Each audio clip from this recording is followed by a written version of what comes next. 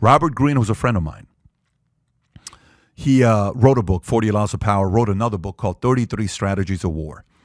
When I first got involved in business, I was very naive. I thought everybody wanted to see me win.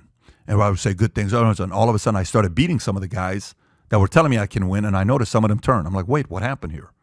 You were nice. Now you're talking behind my back? What happened there? Then I realized, not everybody wants to see you win, okay? There's real enemies out there. So for 2 years, you know what's the one book I read every day and listened to the audio on replay for 2 years? 33 Strategies of War. Because when I started an insurance company, I realized business is a form of war. Sports is a form of war. America right now being number one, you think we have a lot of enemies? There's a form of war. China wants to beat U.S. and be number one. This war is not like a nuclear war we're talking about, but business is war. Competition is okay. Having an enemy produces a different energy. A guy named Michael Jordan knew how to identify his next enemy.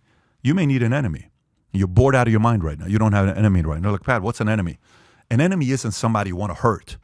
An enemy could be a father that's no longer in the picture with you. You know, I remember one time reading a story about Tyler Perry. When Tyler Perry made all the money and his dad showed up, he's like, man, you're so rich. I'm your father. I'm this, I'm that. He says, Dad, here's what I'm going to do. Listen to what Tyler Perry did. It's a very interesting story. I don't know if you know this or not, Tyler. Tyler Perry, he's got a good name, by the way.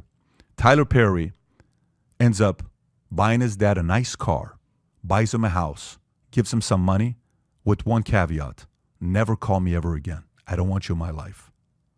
The years I needed you, you weren't there. Now I want you to feel my pain. Think about that.